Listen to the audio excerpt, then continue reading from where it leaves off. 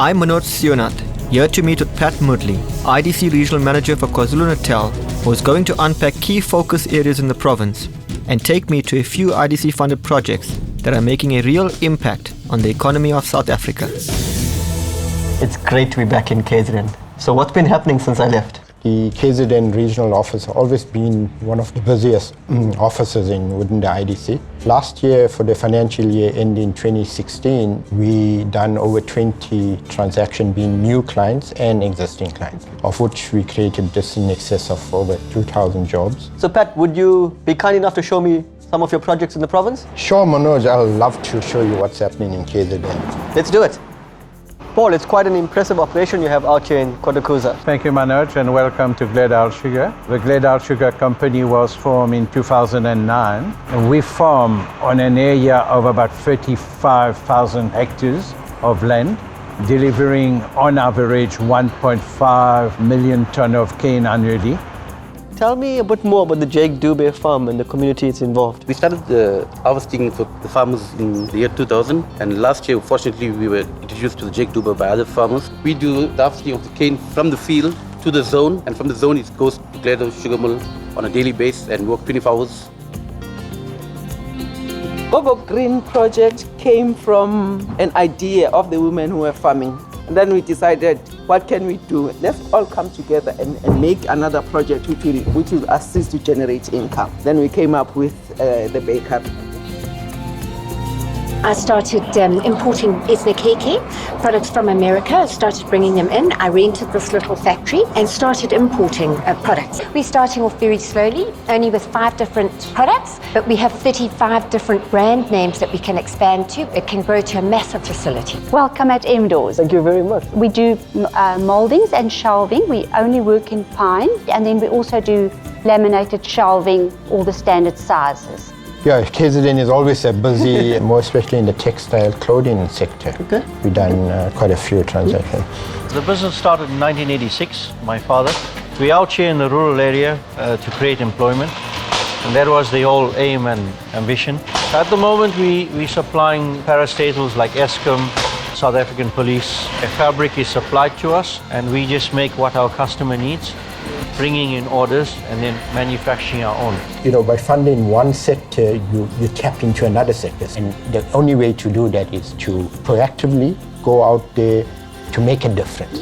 The first tranche that came in 2012, the 28 million rand that we got from IDC, was of tremendous benefit to the growers and the mill. It also came at a time when commercial banks were quite reluctant to issue loans to growers, and our partnership with the IDC has brought great benefits to both our farming community and the mill itself. A few years ago, we really battled. We approached the IDC for funding to try and save the company. The IDC, after long negotiations, and that came to help us. We've now got this beautiful facility. We take a proposal and then we introduce this to IDC and we said, we need your help. Please bring your expert to come and assist.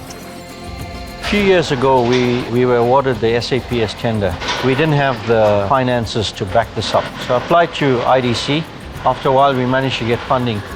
Players want to establish new products to be manufactured locally as opposed to imported. Everything we've been able to source locally. So it's creating a lot of employment right throughout the chain. All these machines were locally made. Nothing was imported. We are looking at cutting our own logs and being self-sufficient in supplying our own timber.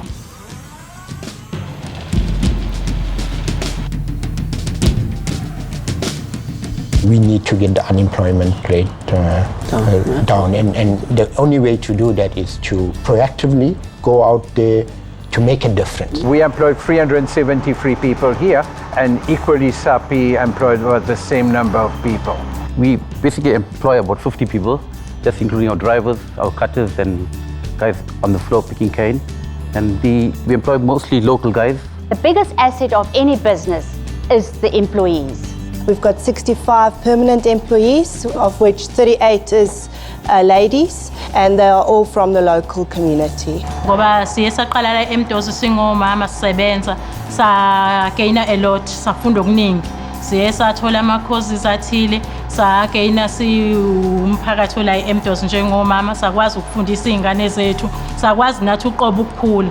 I have 26 staff who have stood by us over the years. They have been through everything with us. There were hours of training that actually went to make sure that they are comfortable with every piece of equipment. We currently have about 180 people employed, mostly female. We train everybody on the plant.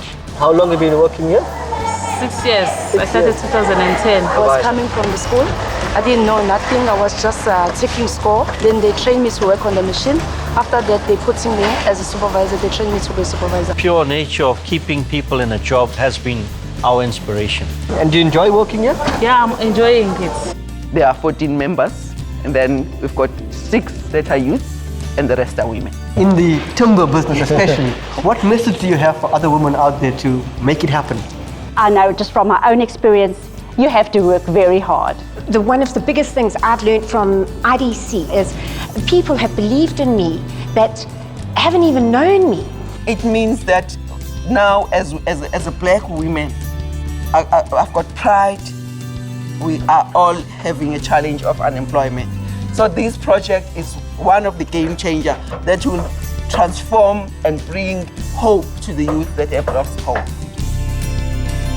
Paul, can you tell us more about your social development program? We've got a department specifically looking after providing logistic, technical, agricultural support and administration support to our small-scale growers and the new land reform growers.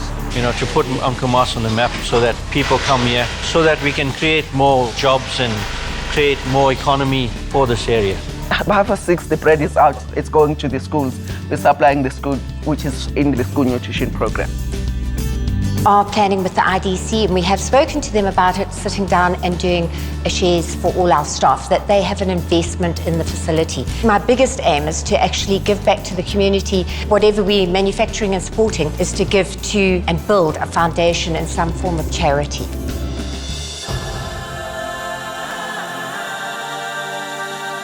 You know, when you retire and your grandkids ask you what impact you made working for the IDC, and that's my fulfillment, is going out, you know, those are the clients that we assisted and how it impacts positively on that business and the people that are employed. If we had 65 people losing their jobs, it would have been detrimental to Ishawi and the whole community. Say minang bambala panala. So amathuba vela laki ngamathatha la eMdos. This is a deep rural area and a very deprived, poverty-stricken area. All the surrounding community and all the women who are in the scheme, for the first time in their life, they are buying a fresh, hot bread coming from the oven to the consumers. How has IDC come to your aid? Saved our lives. Created jobs permanently for all my staff where they were very, very insecure for many years. It's very important to me that people feel good about themselves. And when they feel good about themselves, they'll go out and they'll do good for the rest of the world. Greatly appreciate that partnership between IDC and Gledal Sugar. I remember at my home we was only at 2 rooms. Okay. Now, because I'm working here, we build our house, it's about 8 rooms. In partnership with IDC, you'll have done great for us. Thank you very much. Now it's time for us to shine.